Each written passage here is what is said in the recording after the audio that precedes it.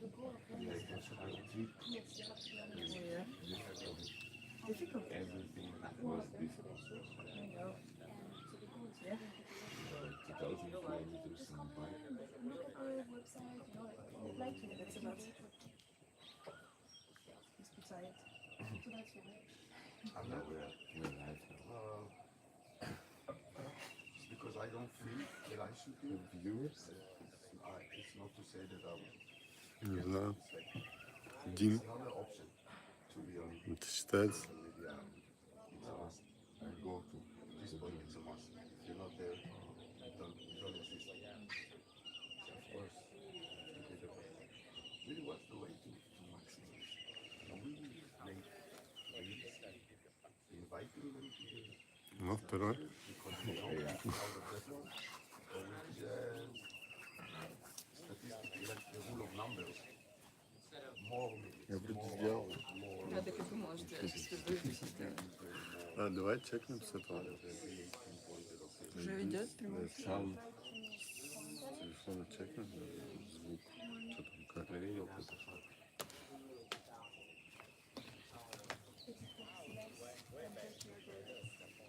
Okay, tea time. So the mix is still hot.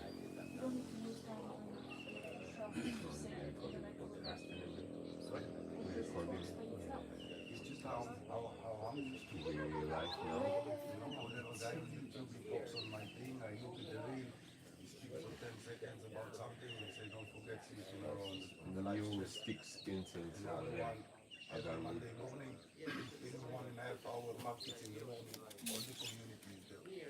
The rest of the week, they don't really meet. So, So we're about to start our tea talk. Good morning. the other channels are Welcome to Damian retreat, Kung Fu retreat. We're located in Thailand, my Honsong province. they're streaming the same. It's a beautiful mountain plateau. We wake up every day for training Qigong and Shaolin Kung Fu, drink tea, share wisdom, share Qi. Because there is no this or that. It's your computer. So now we are waiting And the child last week. is showing us to them, he's talking.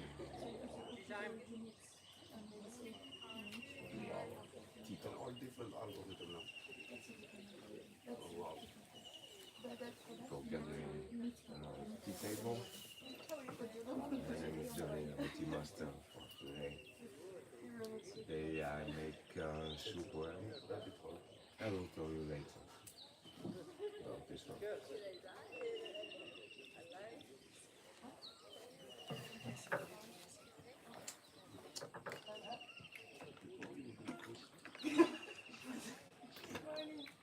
What's going on?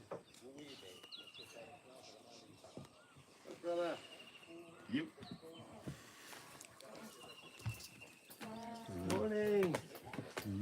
Ну, типа, немного тиховато, как я говорю, а мне кажется, Йен еще тише будет, и он дальше будет. Не знаю, можно пробовать. Тут еще просто люди разговаривали все это время. Можно попробовать.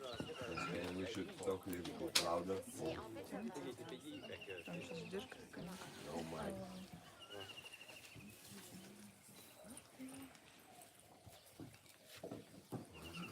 You take.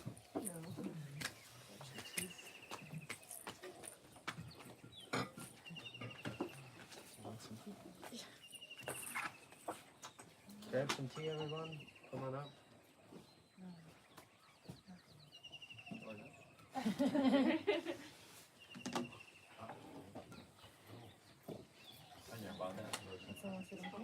Yeah, but we can shift.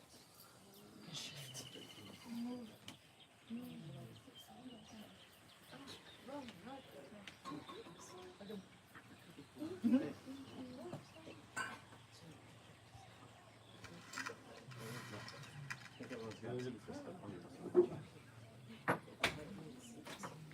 Je n'ai pas assez de thé à lui.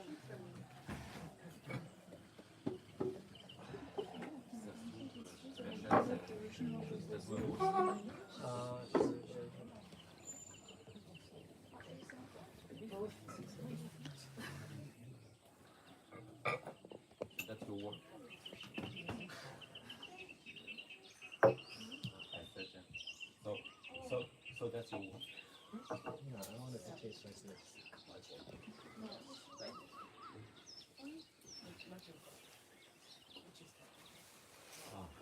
Oh, okay then, so here we go.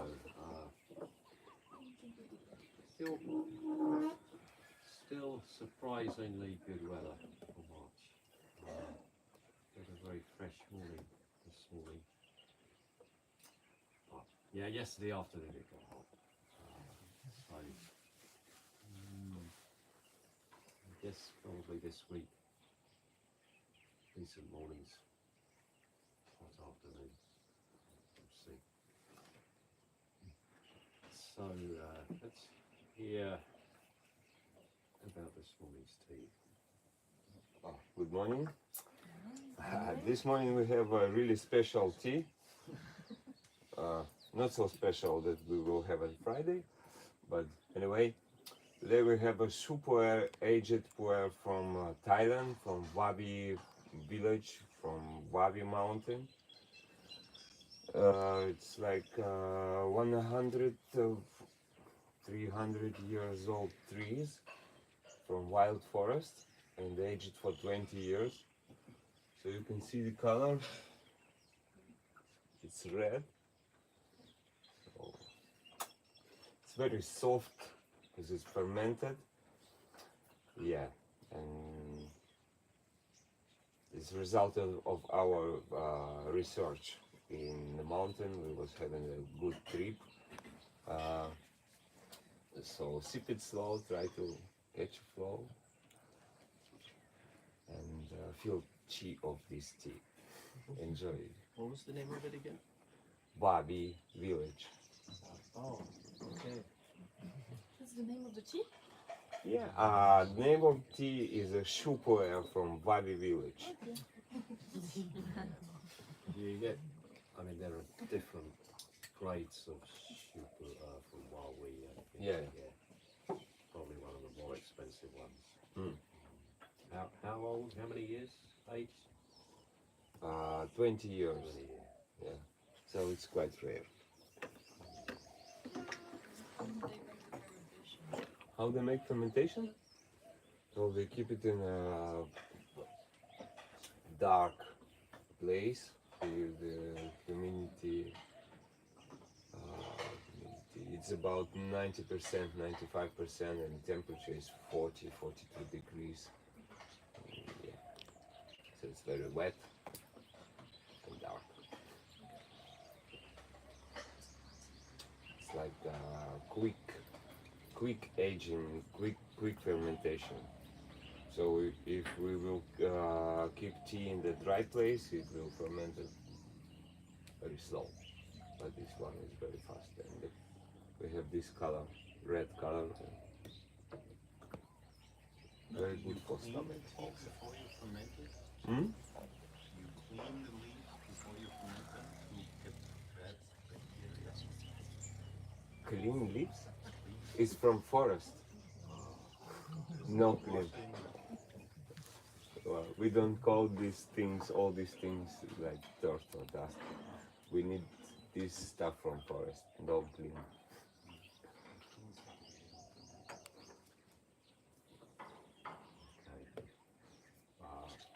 Think the bacteria for the fermentation.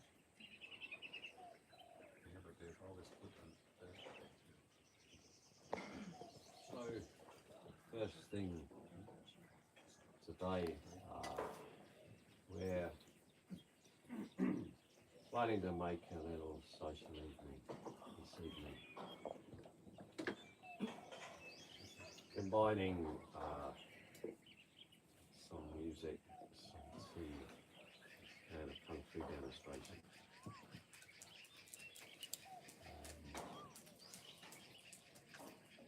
So, probably, what would be a good time to start? 7:30? Yeah. So if we meet down here at about 7:30. Well, drink some tea, listen to some music, and you can watch a little bit of kung fu. And if you want to join in, got any, if you've got some content you've done before and you want to show, if you've got anything you can contribute, that's good. So we're trying to take it in turns to get up and demonstrate some things. Maybe we will show some video from our trip. Oh yeah, that's Yeah, I mean we can watch on screen. yeah. Oh, that'll be good. Yeah. So where are we gonna do that? Here. Here. So we Well, do stay there. the kung fu will be on the screen. The moon is moving towards full. It's full on Friday, so close to full.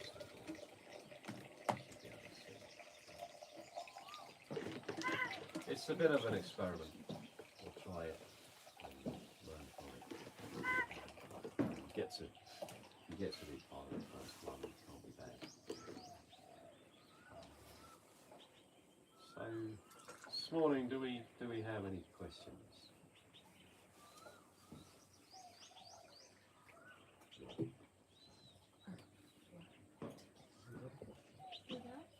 I think I'm confusing person. Sure. So one of the questions yesterday was, how did you choose this spot? Okay. Just a moment.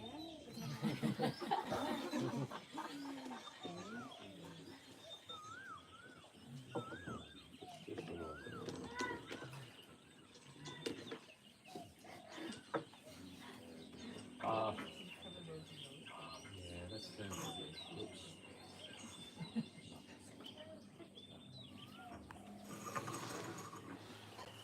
It's quite a long story there.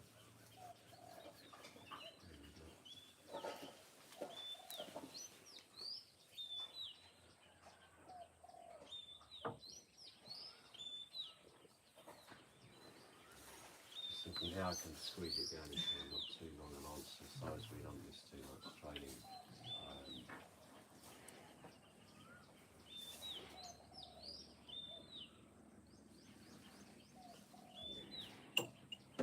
So there were a lot of interesting coincidences leading to our setting up here.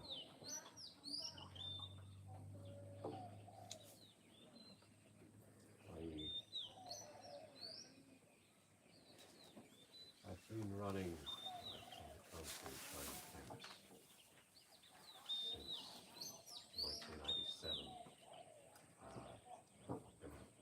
We used to do them in England.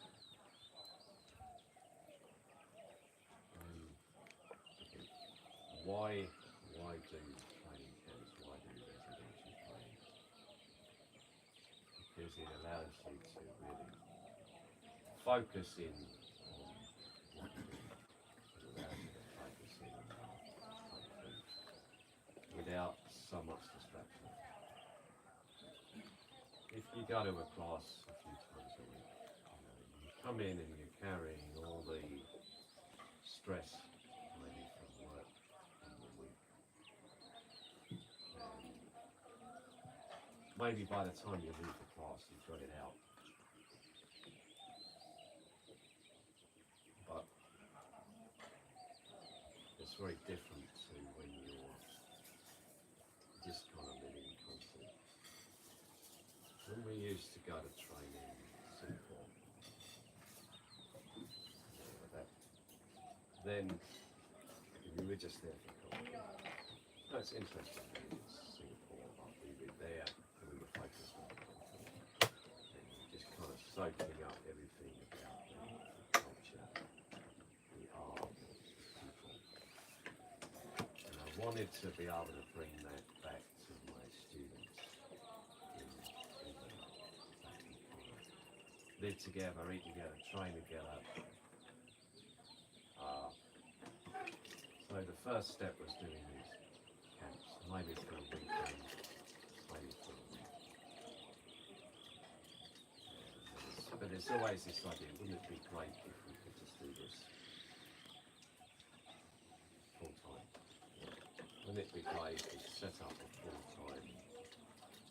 centre where we just stayed there and lived on for all the time. So that was my dream. They opened up full-time country centre on the outskirts of London. At one time I had 3 million. Well, that's not somewhere where you live. Somewhere, still somewhere where you go there, you train, you go home.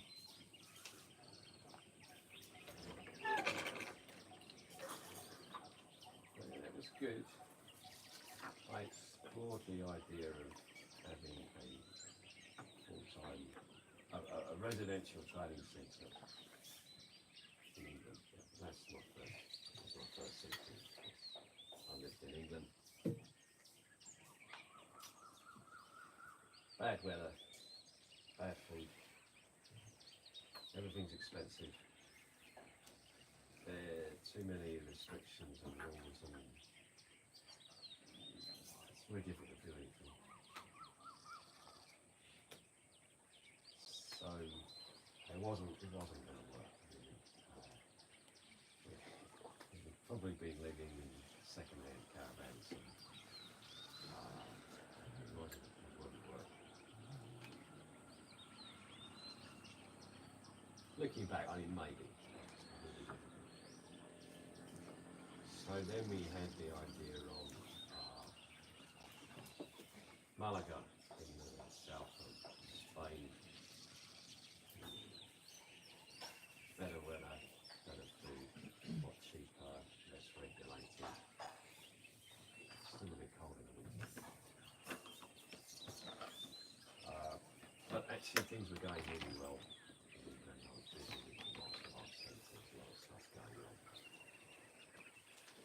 So I didn't see it through. I hadn't thought about Thailand until I met my present wife, which is the very, very beginning of 2006. And I was traveling to Thailand, and having a Thai partner makes it much more realistic to do something in Thailand. I used to come to train in Thailand with Master Tom. When he was in Singapore, he was very busy with what he was doing, with his work, with his club, a lot of people testing him. And he liked to come to Thailand. He could kind of get away from all the hassle. It was like a holiday for him. So he had a good deal. I would pay for him to stay in Thailand and teach me. And I got the benefit of his attention and his teaching. So we used to, this was the days before, this was like late 80s, early 90s, before budget flights. So we'd get on an overnight bus that went from Singapore right through Malaysia to the south of Thailand, and you'd turn up in Hat Yai in the south of Thailand early in the morning, absolutely kind of ruined after this all-night bus ride. But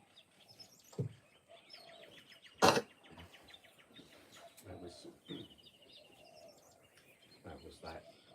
It worked well. So I was quite used to training in Thailand. I was used to Thailand. And yeah, then when I met Boo, it's like, okay, what about setting up a residential full-time training centre in Thailand? Yeah. Okay. Much better weather, much better food, much cheaper, much less regulation. Yeah, it sounded quite good. And it was close to Singapore, so it would be easier to get Master Tom and the teacher from Singapore up to here, which we did in the early days. So we started looking around lots of different places in Thailand we could live down.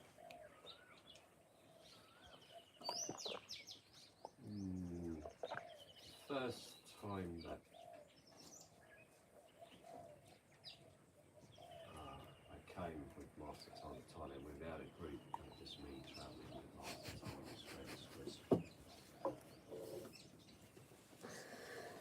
1992, and we went to Haggai. Master Tom's friend's wife was from Qingdao. She was trying to persuade us to go up to the north, so we got on a train from Haggai right all the way up to Bangkok, and then another train from Bangkok to Chiang Mai. That's about a 24-hour train journey. And we had just 3 days in Chiang Mai, and it made a big impression on me. You know, the north is probably the nicest part of Thailand. And there were lots of advertisements for trips to Mae Hong Son province to see the hill tribes. In 1992, that road from Chiang Mai to Bai was still dirt road, and it wasn't. This province wasn't at all developed. It was still really opium growing industry. That only really went out about 96, 97. So it was still the days of like the Golden Triangle, hill tribes growing opium. I really wanted to go, but we didn't have time. We had to go back. And I'd always said, oh, one day I'll do it. So I said to Bo, before we make a decision where to locate the Kung Fu school, I want to go to Mae Hong Son. I want to see Mae Hong Son. Okay. But she kind of came back to me and said, my friends at work say, if you're going to go to Mae Hong Son province, you've got to go to this place called Bai. It's really nice. It's really good. So I said, okay. So what's good about it? I don't really know. But my friends at work will say it's good. So, they say if it's really nice and if you're going to Mae Hong Son province, that's where you should head for. I would have gone for Mae Hong Son city. I didn't know anything about it. So I said, well, okay, how about this? If you can find out how to get to Bai, let's do it. So, I can't remember whether I met up with her in Bangkok or Chiang Mai, but we stayed a couple of days in Chiang Mai. And then it was Christmas Eve 2006, we got the minibus over here. And it was pretty much sold before we'd even got here, because that road through the mountains was, by that time it was hard top road, but only about half as wide as it is now. But I've never been on a road like that before. I was like, yeah, this is we really are going out into the jungle. It was pretty sold before we even got here. Shut up in Bai, and it was much busier than it is now, but much smaller. So Bai was about 20% the size it is now, but there were a lot of people concentrated into the walking street. It was very popular, very fashionable. The nights were very cold at that time. You mean for Thai tourism? Sorry. Sorry? A lot of tourism coming to find you. There were a lot of tourists then, mostly Thais from Bangkok, very busy, but yeah, it was a bit more, it was less developed. A lot less developed. But it had a really good energy, really good atmosphere, lots of different types of people. You still had lots more people in the hill tribe traditional dress. Now they kind of just go with jeans and t-shirts, but you had a lot of kind of tribal people in their tribal dress. And said to be well, we don't make it here, we'll make it anyway. So we were sitting in a coffee shop, saying, "Well, I wonder how you get to look at land here, find a way to." We were talking about buying land, and there was a lady overheard us, and she said, "Oh,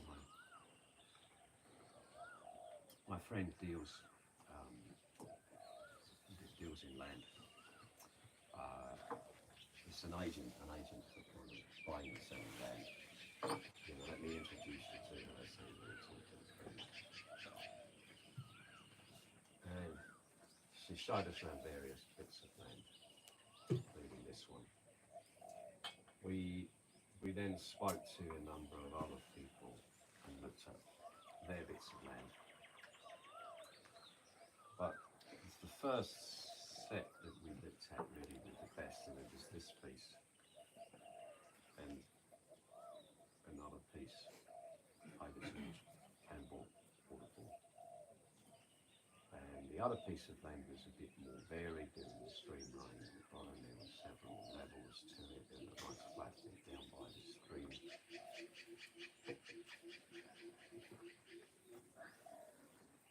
Some forest.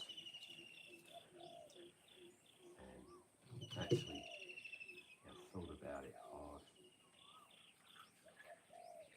and decided on the other piece, which in retrospect may have been not a good decision, because it didn't have full title deeds, and it's further from the town, but it would have had a better water supply. And we pretty much did the deal, agreed with the guy, and we went down to, we'd agreed to meet him at the post office to sign the documents on the deal. Met him at the post office, and he said, "I've changed my mind. I don't want to sell my land after all. I want to keep it." Oh wow! It had been a very difficult decision between that piece and this piece. I said to Boo, "Well, looks like we're going to get the other piece." Yeah, and that was it. We ended up here.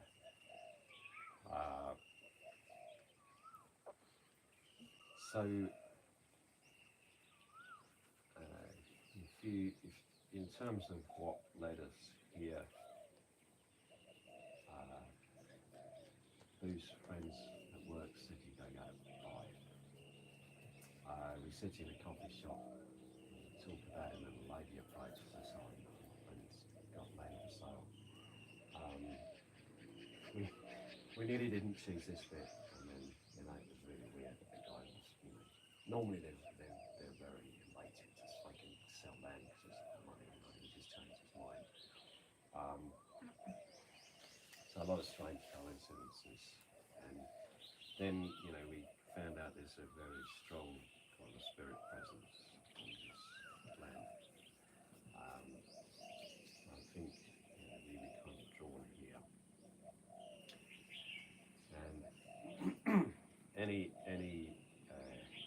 conversation or any intention of maybe should we move somewhere else, something will always go wrong. They want us here. We talked to various kind of shamans and the like locally, and they always say that the spirits, they like us, they want us here. But if there are people come here that they don't like, the people won't last long. If the spirits don't like someone, then they'll be gone. And there's a little bit more to that story. If you go just down more or less to the end of the road and turn right, you come to the confluence of two rivers.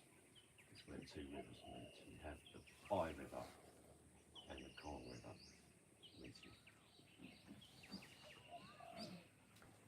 So in not terrifically long these mountains were covered in teak forest. And then the kind of logging industry came in and cut down the whole forest. So then that's why they look a bit bare and scraggy. This is not natural forest. It's just scrubby kind of secondary growth on mountains that were heavily eroded after the forest was cut down. In those days, there was only really trails. It's not even really dirt roads because they didn't have probably many vehicles. So, having cut the logs, they probably used elephants to move them, and then they get them to the river, and then they float them down the river. So that's how they transported the logs. Because you had the two rivers here joining, and because from here, and they must have had to move them over the mountains because you can't get any closer to Chiang Mai on the river because it hooks round and comes back. So where the rivers met, they had a lot of lumber yards. Once you cut your tree, then you need to leave it to dry. Dry them out in the sun because green wood is not saleable. You want kind of the wood to be dried out and properly hard. And the local people believe that when you get a big old tree like a forest tea tree that's been there a long time, then the spirit of the tree is a powerful spirit.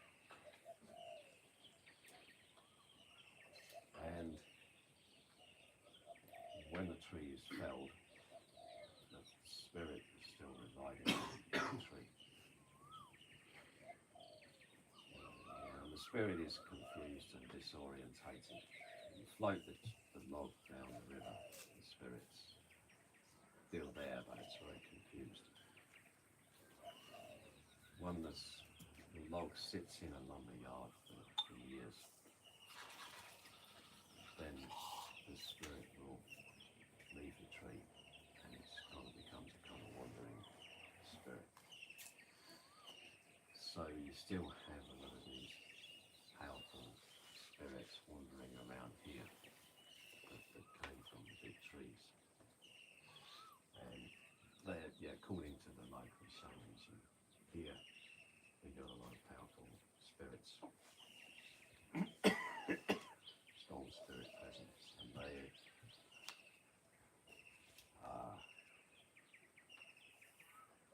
if they like you, then they want you here. I think they like what we're doing, so we can't go. They won't let us go. They like what we're doing, so they help us. So if you do something they don't like, then they have to go.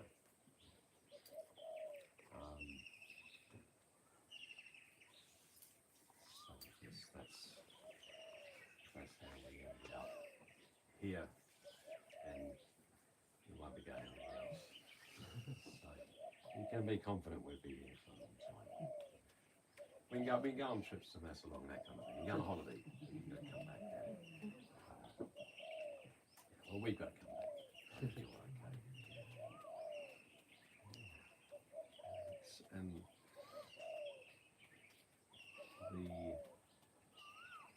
this is a Bodhi tree. It's like a sacred tree in Thailand. It was this type of tree under which the Buddha meditated for 49 days and achieved enlightenment. And that's why it's considered a sacred tree by Buddhists. I think the previous owner probably planted it there for good luck, and it's roughly in the centre of the map. when we measured it out, the Bodhidharma statue is where we think was the centre.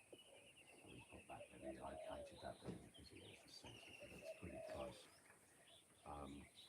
And that's a kind of very kind of spiritual tree. I kind of think it adds to the spirituality of the place. And when we did the layout on the place, Master Tom's daughter, or one of his daughters, is very, very good at feng shui.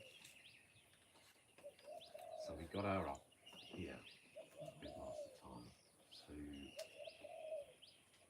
look at the feng shui. And she did a bit, and she said, "Look, I'm not. I don't want to be you keep phoning me up and asking me how to do this. I don't really want to do it for you. What I'm going to do is teach you how to work out the feng shui, and you do it." So I spent quite a while studying this and working out plans. And I was in England dealing with builders in Thailand. They had quite a go about it, but I hadn't realised quite how it worked in those days. Anyway, I'd done a plan. I knew this. It wasn't quite like how this is at the moment. But the training areas were further that way.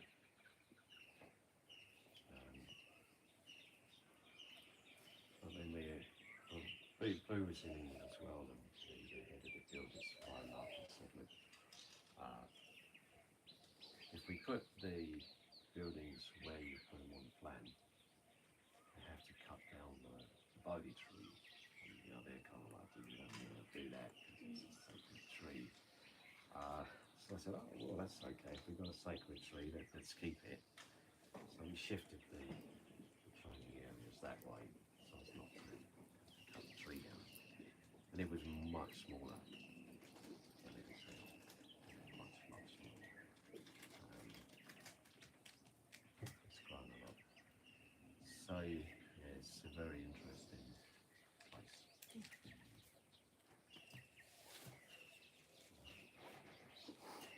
Very good. I think we won't have more questions now.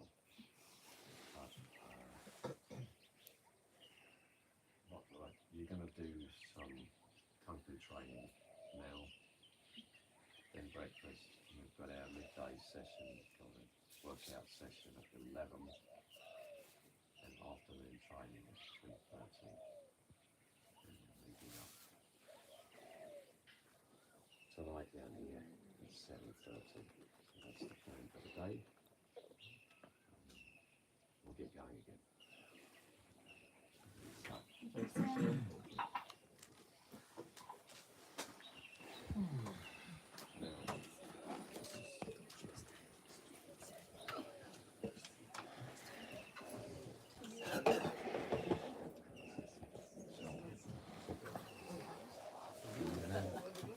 So now we move to this area, which is and I go to buy this one.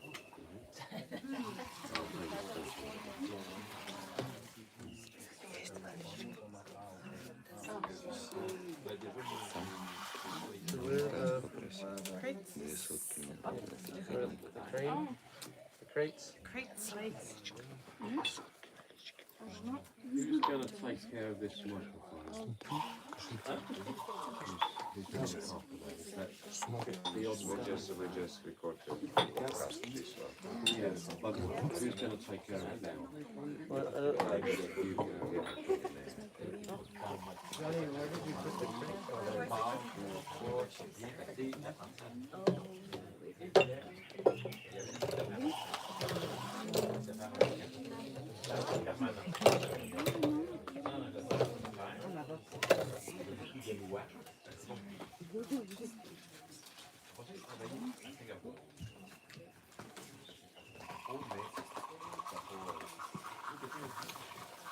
enfants-là, il n'y avait pas d'avion pas cher comme aujourd'hui.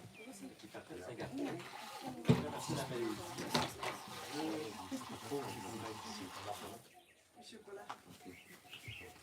Dépêche-toi, prends.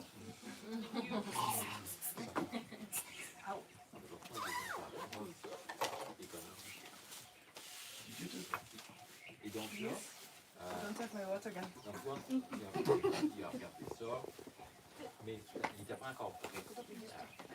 Il a pris un travailleur long. Yes, I will get one. Ce que j'ai compris, c'est que sa conjointe était détail. Donc, ça simplifie beaucoup l'administration, le paperasse. Puis il disait, un ami disait, va à Paris, c'est bien. Mais un ami ici. Puis finalement, tu sais, je partais de Chiang Mai pour la paix, la route était la moitié de la largeur qu'il y a en ce moment. Donc,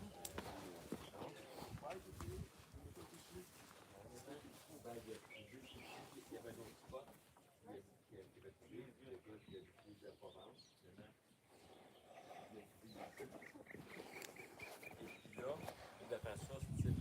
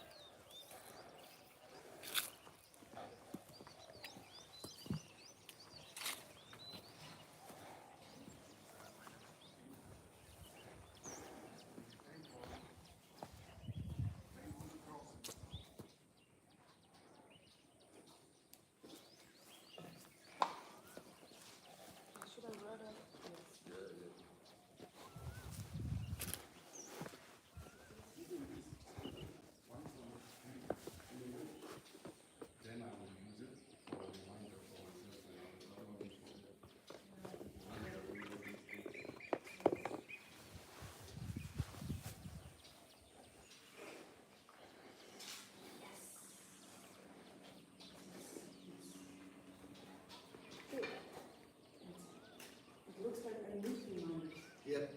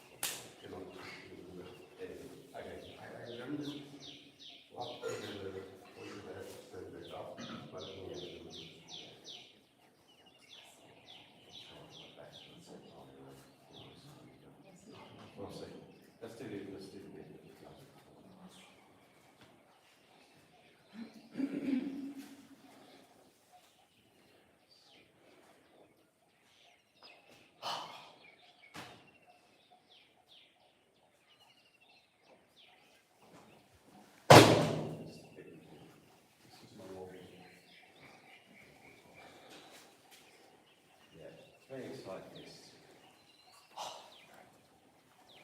One, two, three. One, two, three. One, two, three. Cross step. Lock. Chop. Punch. Back. Lock. Chop. Punch. Rip back.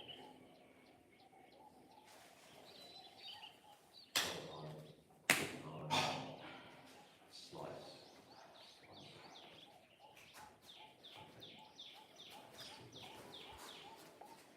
Here.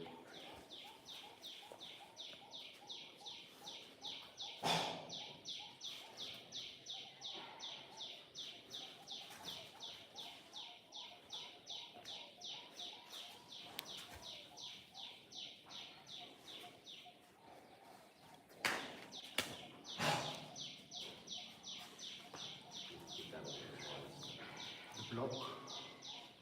This. Yes.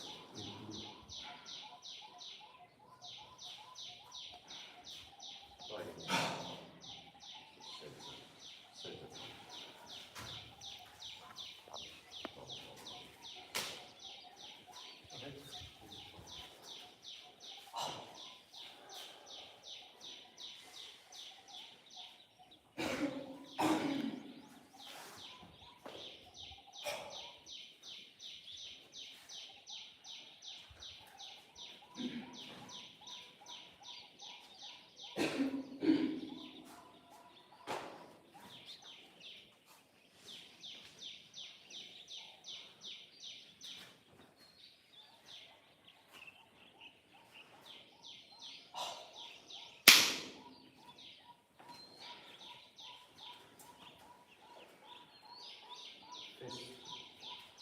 The arm that you're going to block with the front arm starts behind, so that as it comes up, it'll be the front one. 1, 2, 3. Starts behind, comes up in front. 1, 2, 3. This is like in the top side.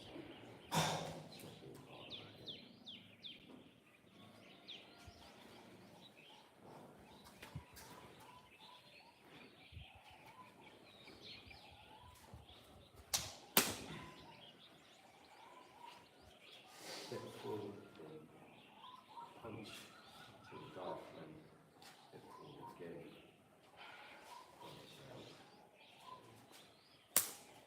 down to the garden scissor, arm came on, step again, step, punch, scissors, lower crane.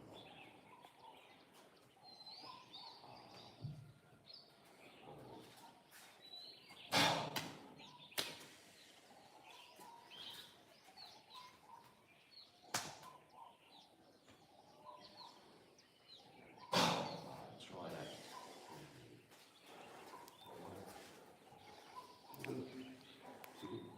Three.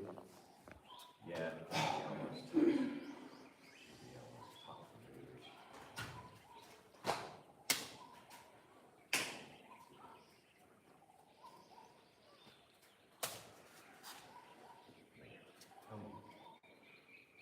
From there, open a little bit. So there's one out, and then circle around the elbow. Circle around the elbow.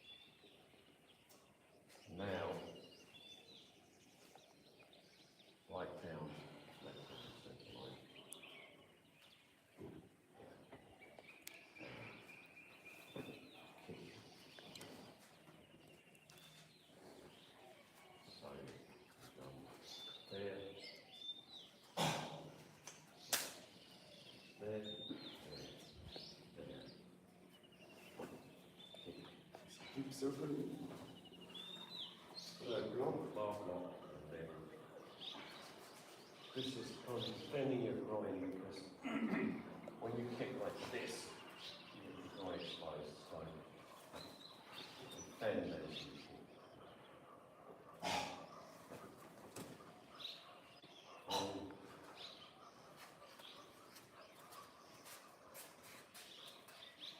Turn around.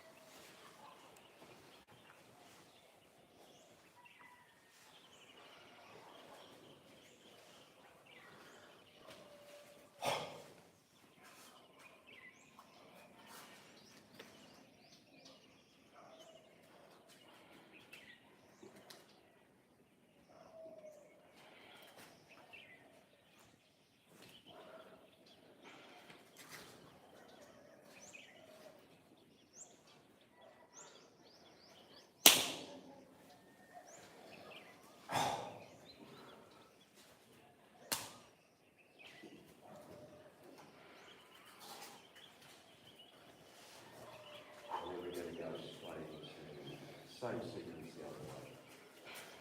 There.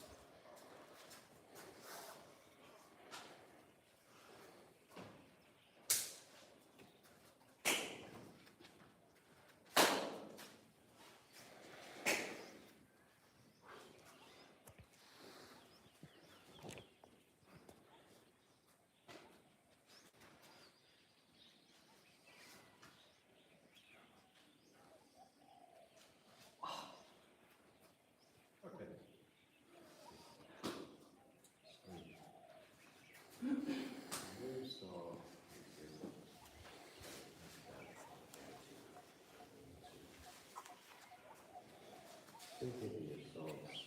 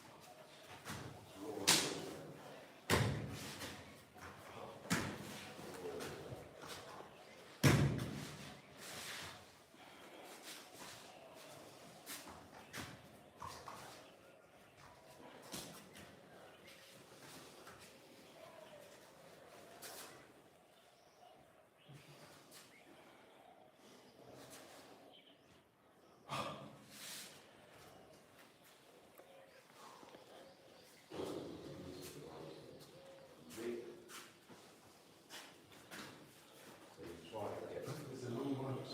Yeah. But this really was hard. I started to lose the power left and then everything.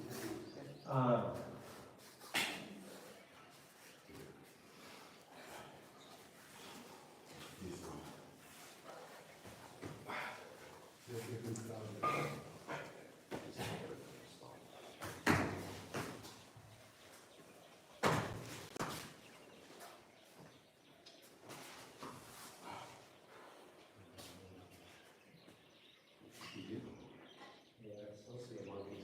Yeah. About what?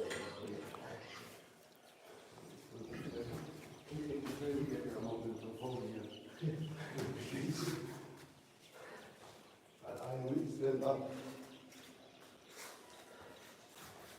With the big sleep shaking. Please stand up.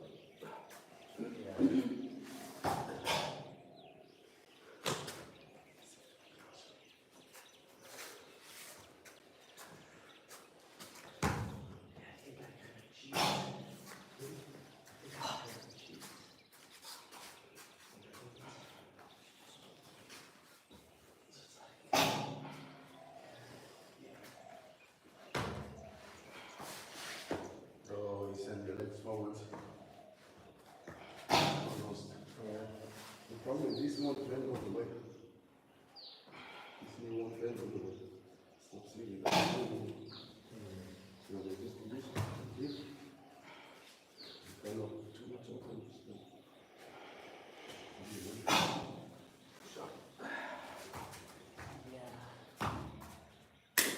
I mean, I create the move. You can't able to stand up, but don't go wrong. Yeah, let's see. Moving forward and looks sort of like, I mean, you continue. Yeah. Somebody who haven't learned it 20 times, you don't know when just spread your legs forward, you stand up. It's minor technicality. Sorry? I think it's supposed to be more. Most things.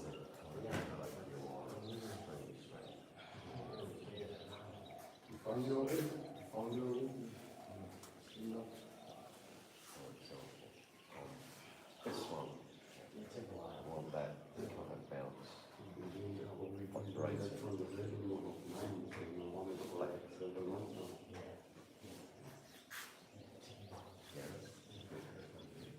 Relax a little bit. Yes. Now, the other thing is that you improve the program on the very slightly the hips. You start off with Stand a up and squat. down, and then you slow. Start off, you get the feeling of the spring, kind of cultivate it, nurture it, and it becomes more and more springy, bouncy, more and more elastic. And here, you want to see that hence the arm creating energy as you throw it up. Then you draw all the energy back in. Press it down into your core. Keep it in your core. Turn the head right around. It's just waiting. Yeah. expand the chest, compress the abdomen. Lift the elbows out. Knuckles at the top, lifting the elbow and the straight. Okay. Yeah. So the back track is loosened. Yeah. I mean, you won't get strength into the elbow. It just comes across.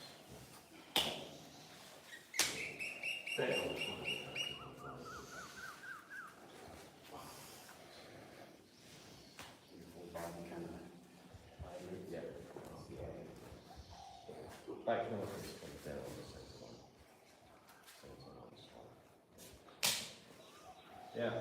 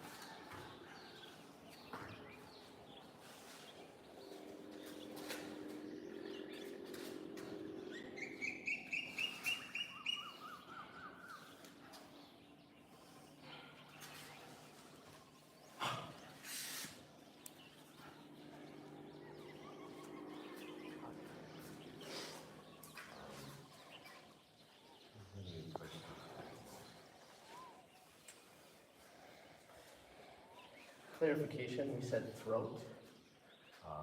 Sternum. For this one. For this one, sternum. It was the other one that was. Yeah. For the grading move, that's what it was. No, hang on. No. For this one, this is right, this is more like chest height. For this one, it's more like sternum or solar plexus because you've gone distracted high and then struck low. This one goes sternum and slightly smashed downwards. 1, 2, 3. So you're smashing in towards the heart. 2. I'm told that when you do this movement and it rubs down, it somehow disrupts the heartbeat.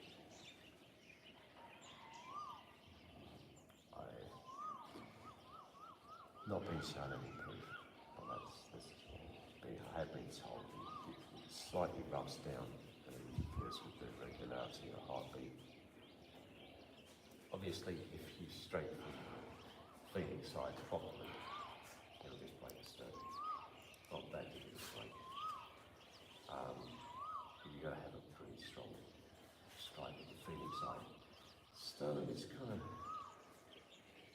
yeah, it is bone, but it's pretty thin. It breaks easily. Very, very painful when it's been broken.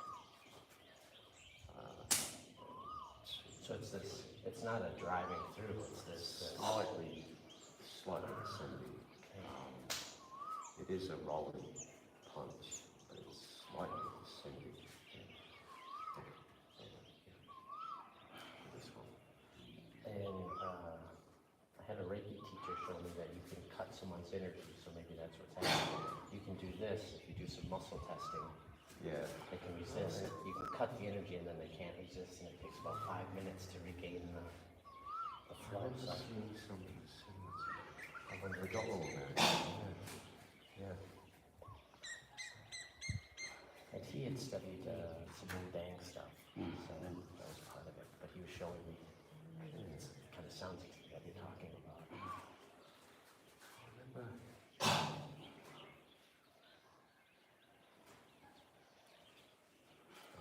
There was a demonstration I've seen a few times, but I've forgotten that. Okay. Here, palm down. You're blocking. So as you kick up, as that kick goes up, you're already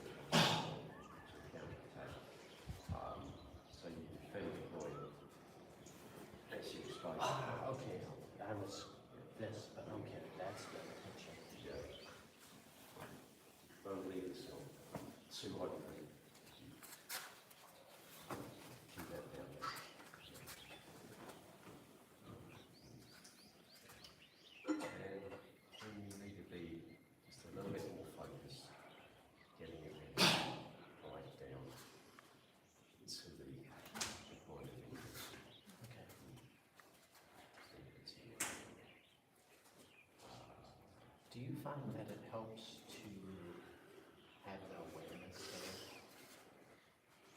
It's kind of something I've been playing around with a little bit. Is that your intention? Yeah, instead of focusing on trying, it's something I've been playing with and it might be way wrong, which is why I'm asking. But instead of focusing kind of and putting the whole thing there, I've been trying to focus here and I've been notice that I'm not putting so much emphasis kind of in the elbows. So the energy seems to be going through better, but I don't know if this is a good technique or if I'm just kind of. It's a little difficult to interpret the words. Yeah. But the words definitely something. Focus on outcome, not on process. Okay. If you think about how you're going to punch, that ruins everything. Yeah. If you just think of punch, then it comes out like, okay, I'm going to hit with the blade of the hand. I'm going to hit, and you just focus on hitting that, then it happens. If you're thinking about the old, the energy gets held back in the old. That's exactly what I've been experiencing. So, you have to be aware of what the rest of the body's doing and train the whole body to kind of relax, transmit energy. But when you actually come down to the move, just focus on the basic intention, the whack, that. Okay. Yeah.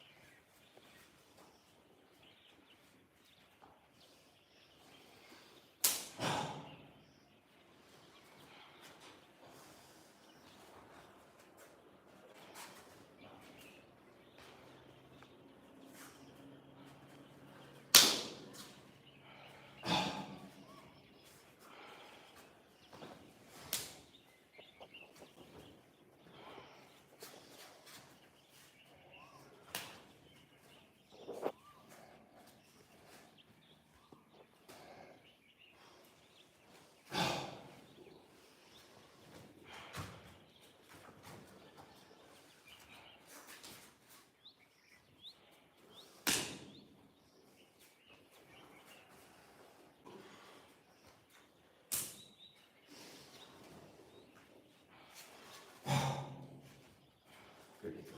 And now let's actually move on to there, forward. Just like inside. So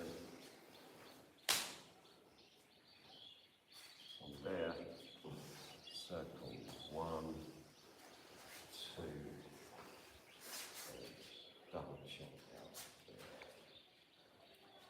So from there, 1 step, 2 steps, in and out, right of the hand, striking the collar. Full circle on each step. Yeah.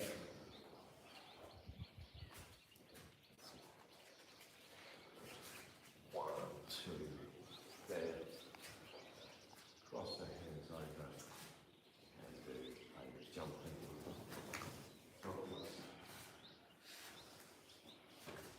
So right and forward. Yeah. You're there. You can kind of step into it a little bit if you want to. There. Lift the left knee. That's it.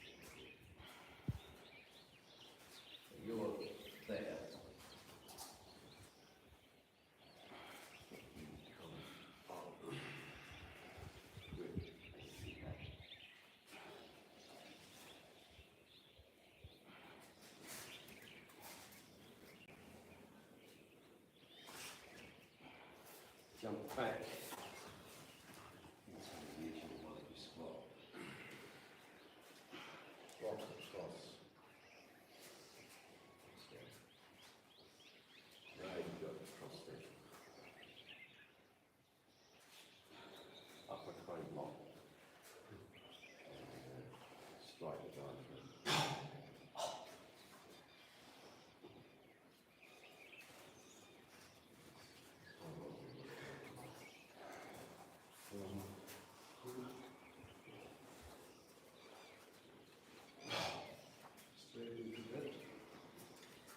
This one is not useful.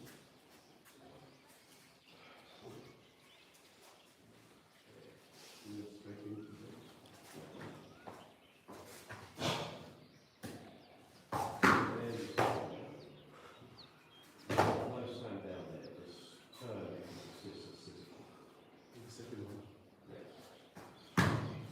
scissor kick, turn, scissor kick, turn, kick, now stand.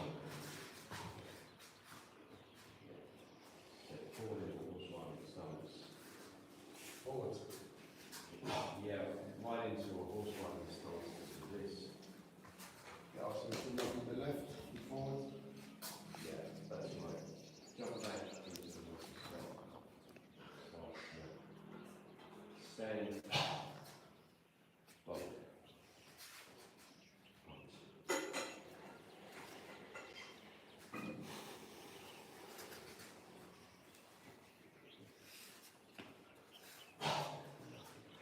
Just right up.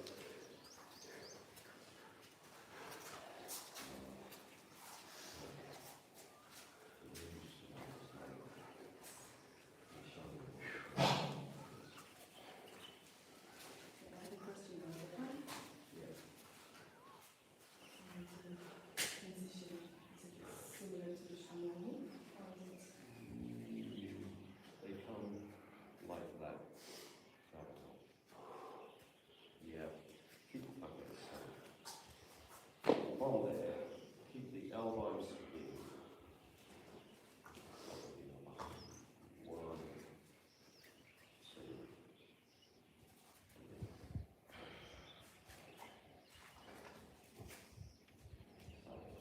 There, there,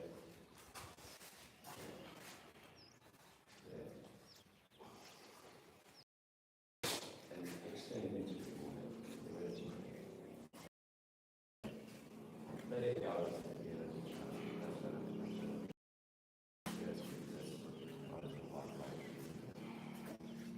Your waist is a little more relaxed.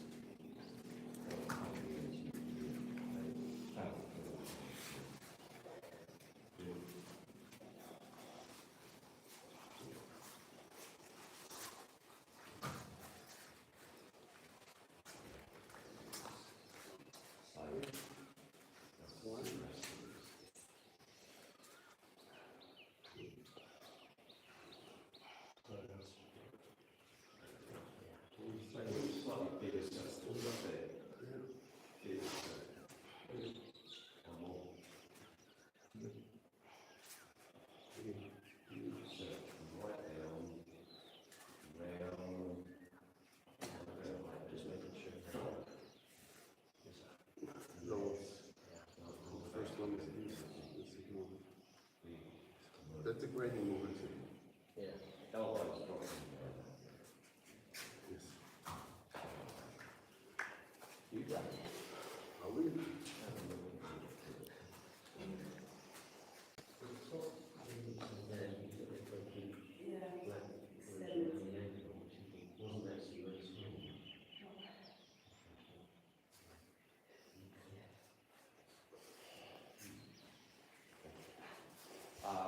Single shot.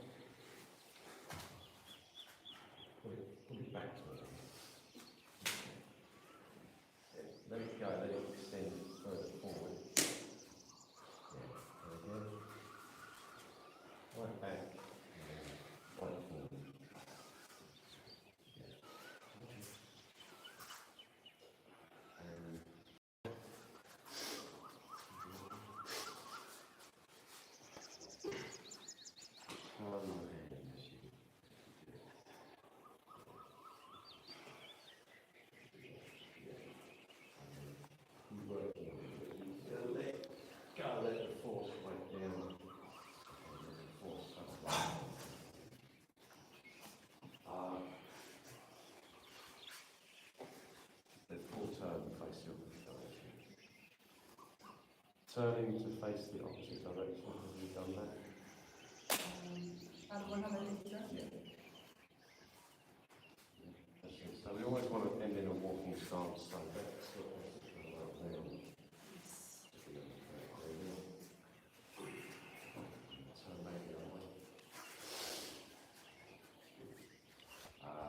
might have stopped and do that again. Down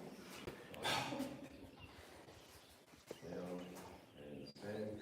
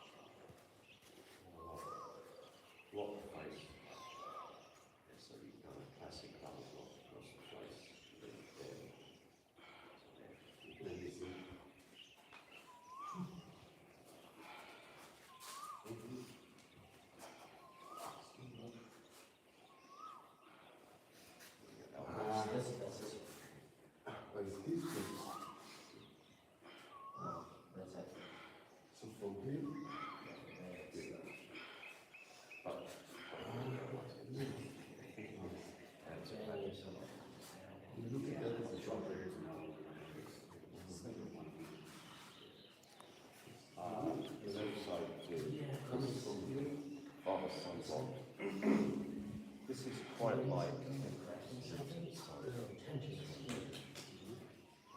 but close fists, walking stance. Pivot 90 degrees, pivot back, not pull an inch up.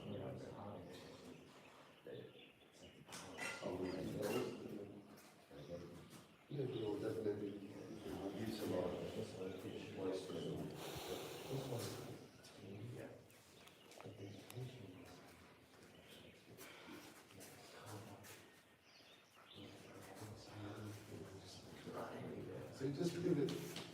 You just leave it on the left. That one. Yeah. That one. It's right there. You got what? Okay. Question the breath on this one, is that just Play that and figure out. breathe in? Hold your breath. Honestly, it's done. And then down. The only thing left is Okay, guys. Time again.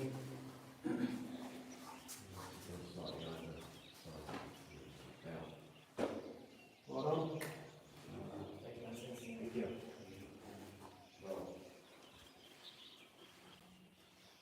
See a lot of these days, we've got a lot of stuff on the day, so too bad about it.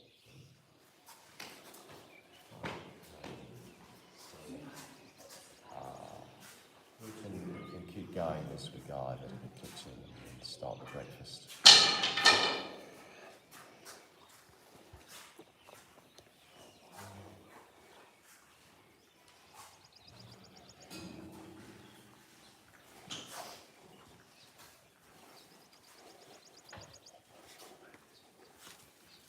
A little dusty in there, huh?